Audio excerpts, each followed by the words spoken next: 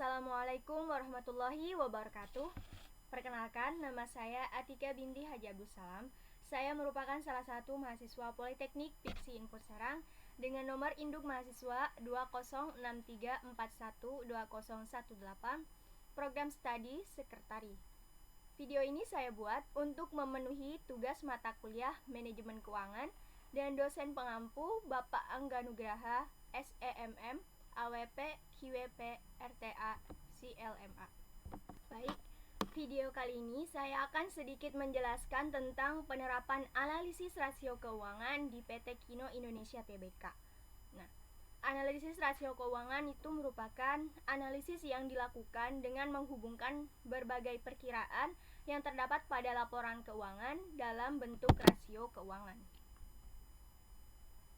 Kemudian ada jenis-jenis rasio keuangan.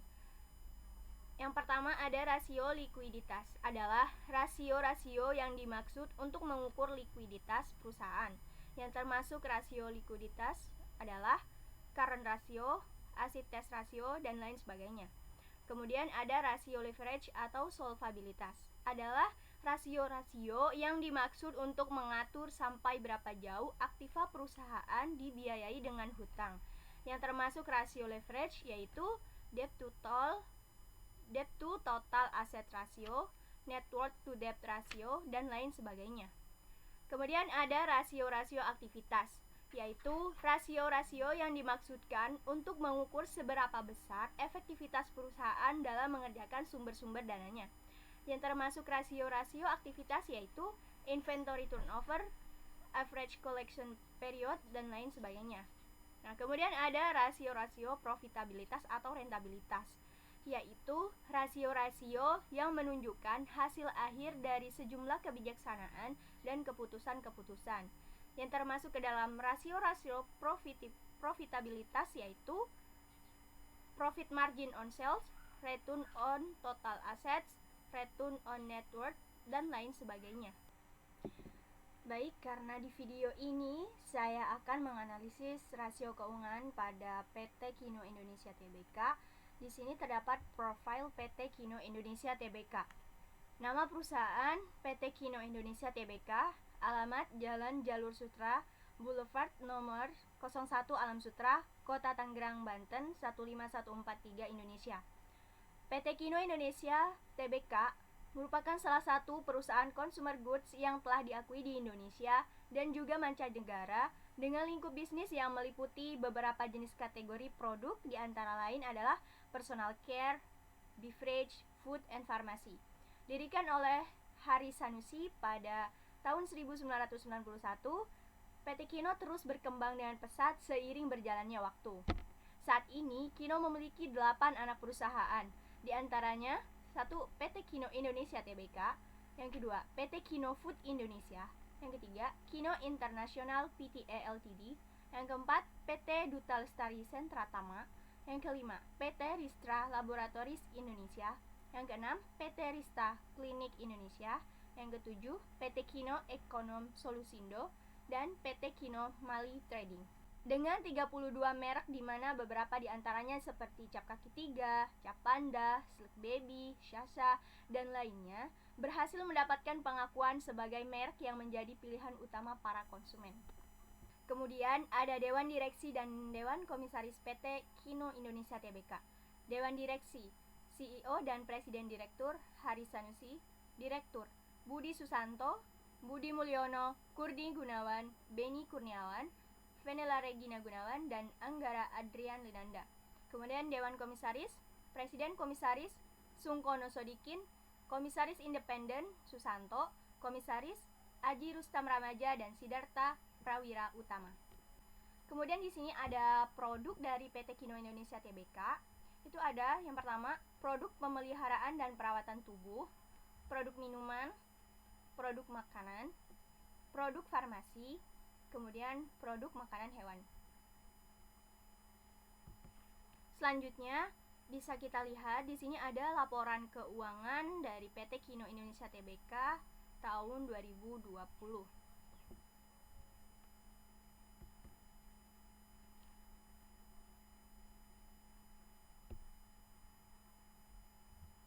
Sini bagian liabilitas, ekuitas,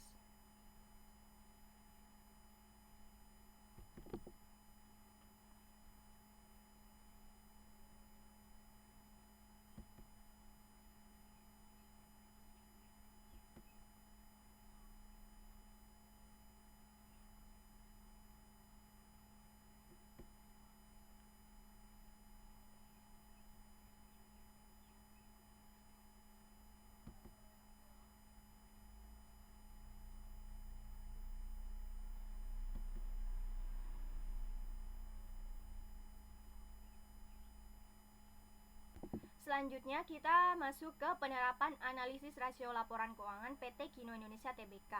Yang pertama terdapat current ratio. Current ratio merupakan perhitungan yang dimaksudkan untuk mengetahui tingkat kemampuan perusahaan untuk memenuhi kewajiban jangka pendeknya. Nah, semakin tinggi hasil perhitungan, maka posisi perusahaan itu semakin kuat.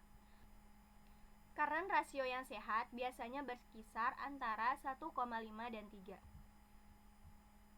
Rumus menghitung current ratio yaitu current asset dibagi current liability. Angka yang di sini saya dapatkan dari laporan keuangan PT Kino Indonesia Tbk tahun 2020, di mana current assetnya 2.564.184.889.015 rupiah. Kemudian dibagi dengan current liability-nya sehingga diperoleh angka 1,19. Di tahun 2019 itu PT Kino Indonesia Tbk mendapat angka 1,34, kemudian di 2020 mendapat angka 1,19. Di sini di 2020 mengalami penurunan sekitar 0,15. Kemudian untuk menghitung total aset turnover itu bisa didapatkan dari sales kemudian dibagi total aset. Nah, sales di tahun 2020 PT Kino itu mendapatkan nominal 4.4.971.042.139 rupiah. Kemudian dibagi 5.259.359.155.031 rupiah. Hasilnya 0,76. Nah, di tahun 2019 PT Kino Indonesia Tbk itu memperoleh total aset turnover sebanyak 0,99, kemudian di tahun 2020 0,76, itu mengalami penurunan sekitar 0,23. Selanjutnya yaitu quick atau acid test ratio. Quick atau acid test ratio merupakan satu rasio atau indikator yang digunakan untuk mengukur kemampuan perusahaan dalam membayar liabilitas lancarnya. Angka acid test rasio yang tinggi itu lebih dari 1,0, menunjukkan bahwa perusahaan memiliki likuiditas yang baik, yang berarti perusahaan tersebut mampu membayar liabilitas jangka pendeknya.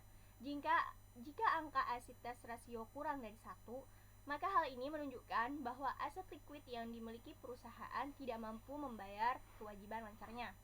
Nah, untuk menghitung quick ratio itu bisa didapatkan dari current asset dikurangi inventory ditambah prepayment kemudian dibagi current liabilities.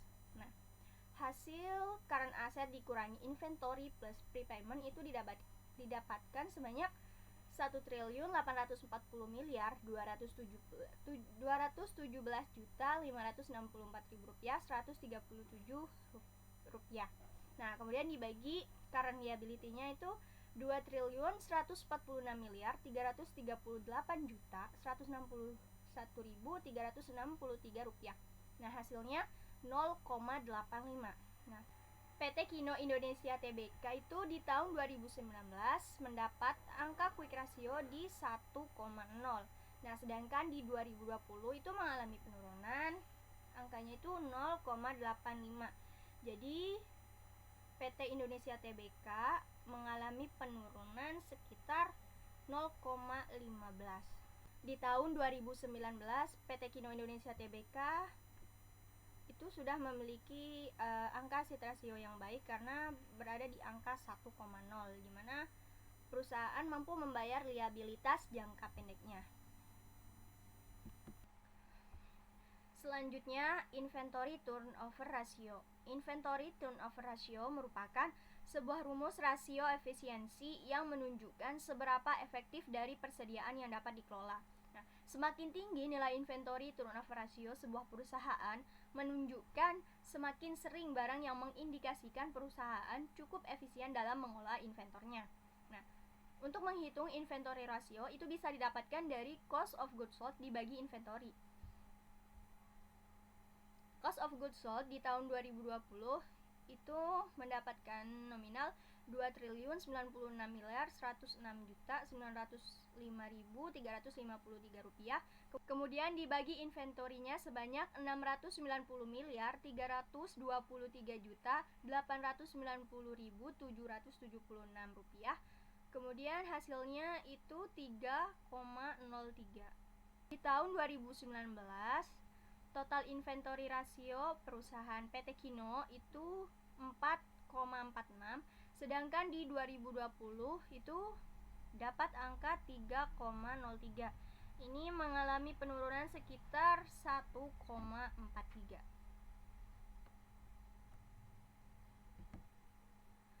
Selanjutnya ada average payment period. Nah, di sini average payment period merupakan rasio yang menunjukkan waktu rata-rata yang dibutuhkan perusahaan untuk membayar hutang dagang. Nah, untuk mencari average payment period ini rumusnya 365 dibagi payable turnover. Nah, payable turnover ini didapat dari cost of goods sold dibagi average payable. Cost of goods sold di tahun 2020 itu mendapat angka sebanyak 2.196.106.905.353 rupiah, kemudian dibagi dengan average payable itu sebanyak 163.033.101.120 rupiah.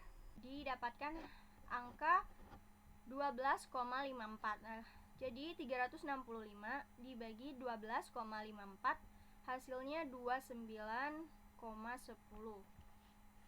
Nah, karena di sini menghitung rata-rata yang dibutuhkan perusahaan untuk membayar utang dagang, jadi hasilnya itu days. Nah, jadi di 2019 PT Kino Indonesia Tbk menunjukkan waktu rata-rata dibutuhkan perusahaan untuk membayar hutang dagangnya itu sekitar 29,43 days atau hari. Kemudian di 2020 itu 29,10 days atau hari. Kemudian debt ratio. Debt ratio merupakan jenis rasio yang digunakan untuk mengevaluasi besaran perusahaan sesuai jumlah utang untuk dapat membiayai aset. Nah, untuk memperoleh debt ratio itu bisa didapatkan dari total liability dibagi total aset. Nah, total liability tahun 2020 itu mendapatkan nominal 2.123.623.810 rupiah. Kemudian dibagi 5.255.959.155.031 rupiah, sehingga hasilnya 50,95%.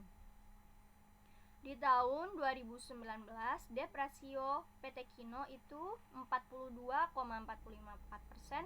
Kemudian di tahun 2020 itu 50,95%. Ini mengalami kenaikan karena memang PT Kino di 2020 itu memang mengalami kenaikan di liabilitiesnya. Kemudian ada times interest earned ratio. Times interest earned ratio merupakan rasio yang digunakan untuk menilai atau mengukur kemampuan dari perusahaan dalam membayar biaya bunga dari kewajibannya. Nah, semakin tinggi nilai dari rasio times interest earned ratio, maka akan semakin besar pula kemampuan perusahaan untuk membayar bunga hutangnya. Nah, untuk menghitung times interest earned ratio itu rumusnya EBIT dibagi interest. Nah, EBIT di tahun 2020 itu sebanyak 135.159.940.052 rupiah.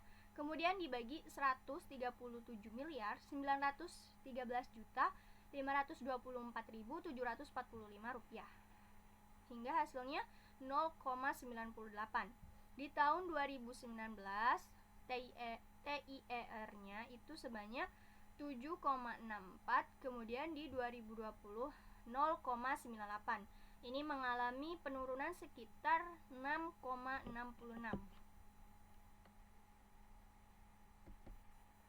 Kemudian ada gross profit margin.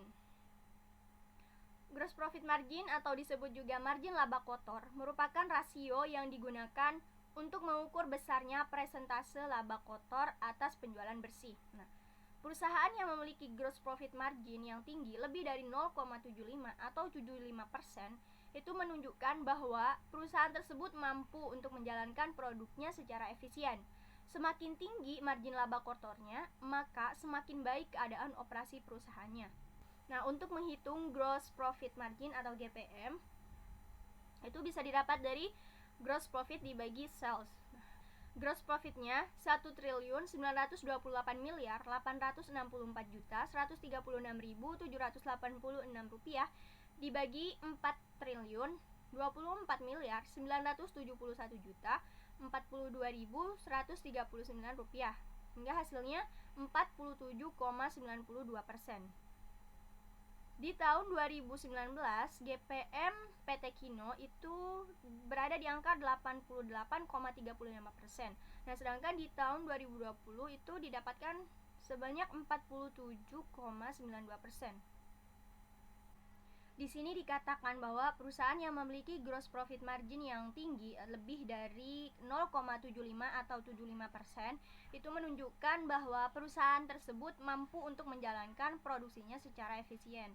Nah, di 2019 berarti PT Kino ini sudah bisa menjalankan produksinya secara efisien karena GPM-nya itu berada di atas 75%, yaitu 88,35%.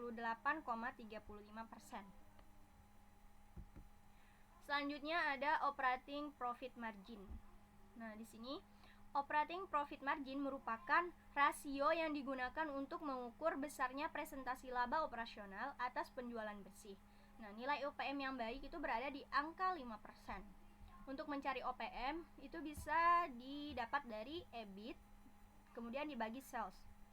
EBIT-nya sebanyak 139.949.940.052 rupiah, kemudian dibagi sales sebanyak 4.024.971.042.139 rupiah, sehingga hasilnya 3,35%. Di 2019, PT Kino mendapat OPM sebanyak 13,59%, sedangkan di 2020 itu mendapat 3,35%.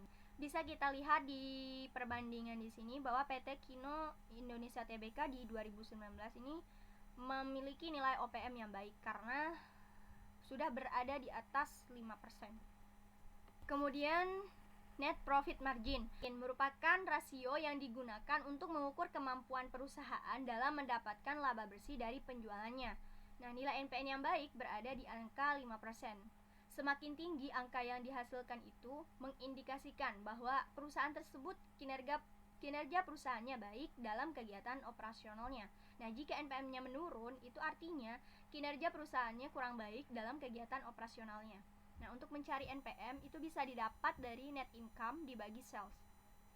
Net income di tahun 2020 itu sebanyak 113.659.219.638 rupiah, kemudian dibagi 4.4.971.042.139 rupiah, hingga hasilnya 2,82%.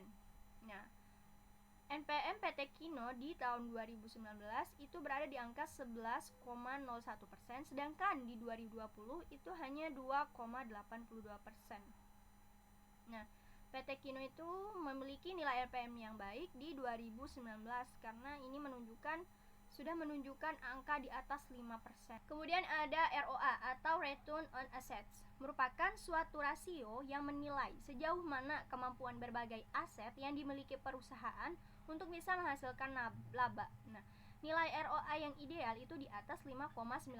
Nah, jika nilai ROA suatu perusahaan di atas 5,98% dikategorikan baik.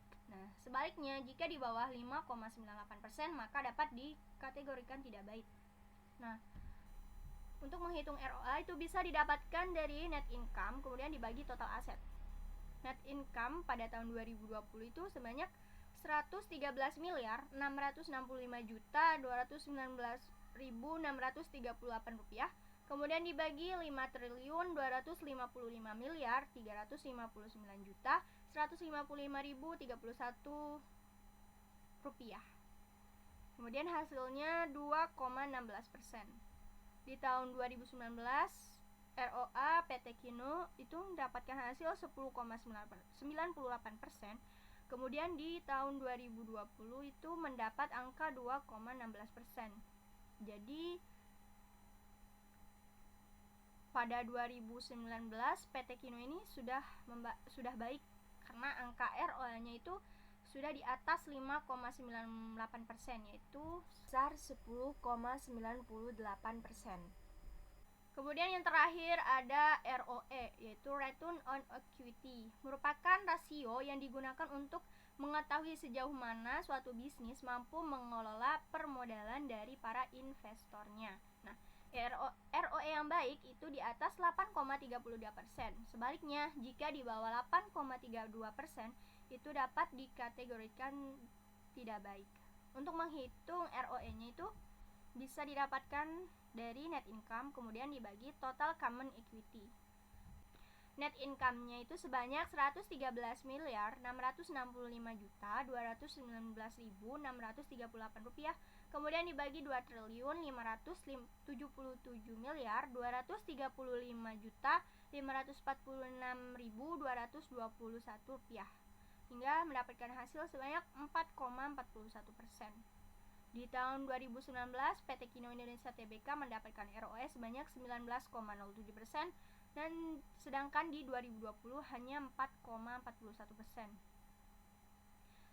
ROE 2019 ini sudah baik bagi PT Kino Indonesia Tbk karena sudah di atas 8,32%. Sedangkan di 2020 mengalami penurunan yakni sekitar 4,41%. Nah, kemudian di sini ada penjelasan liabilitas lebih dari 20% dari PT Kino Indonesia Tbk tersendiri. Di sini penjelasannya, di tahun 2020 total liabilitasnya itu 2 triliun 678 miliar 123 juta 608.810 rupiah. Nah, sedangkan di 2019 itu hanya 1 triliun 992 miliar 902 juta 779.333 rupiah. Nah, perubahannya itu 34%.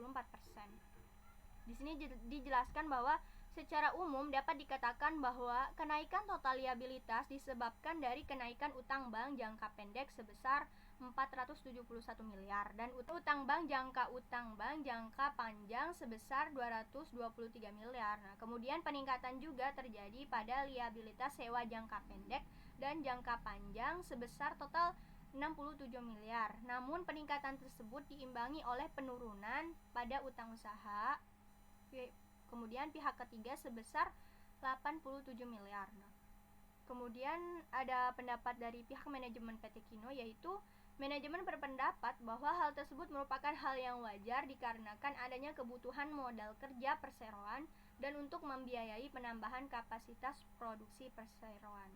Nah, kemudian ada kesimpulan. Dapat diambil kesimpulan bahwa PT Kino Indonesia Tbk itu mengalami penurunan di tahun 2020. Hal ini wajar karena memang di tahun 2020 Indonesia sedang mengalami pandemi COVID-19. Nah, hal itu menyebabkan penjualan PT Kino itu mengalami penurunan karena dipicu PSBB yang mempengaruhi aktivitas masyarakat. Kemudian karena COVID-19 juga itu memperlambat penjualan ke beberapa negara. Nah, kemudian kemampuan perusahaan dalam memenuhi liabilitas jangka pendeknya itu rendah di tahun 2020. Bisa dilihat dari rasio likuiditas yang menurun di tahun 2020. Kemudian deprasio di tahun 2020 mengalami kenaikan, itu ya karena disebabkan liabilitasnya bertambah di tahun 2020. Kemudian kemampuan perusahaan untuk menutupi bunga atau times interest earn rasio rendah di tahun 2020. Kemudian di tahun 2019 PT Kino mendapat gross profit 88,35%. Sedangkan di tahun 2020 perusahaan Kino tidak bisa menjalankan produksinya secara efisien di tahun 2020 karena total gross profit di tahun 2020 memperoleh angka 47,92%. Nah, sedangkan gross profit yang baik itu di atas 75%. Kemudian, kinerja PT Kino di tahun 2020 kurang baik sebab NPM-nya menurun. NPM yang baik itu berada di angka 5%, sedangkan di tahun 2020 PT Kino hanya mendapatkan NPM sebesar 2,82%. Nah, kemampuan PT Kino dalam hal memperoleh laba dari aktiva yang digunakan atau ROA itu menurun di tahun 2020. Kemudian, kemampuan PT Kino mengelola permodalan dari investornya atau ROE itu juga menurun di tahun 2020. Kemudian ini ada live chart PT Kino Indonesia Tbk tahun 2019-2020.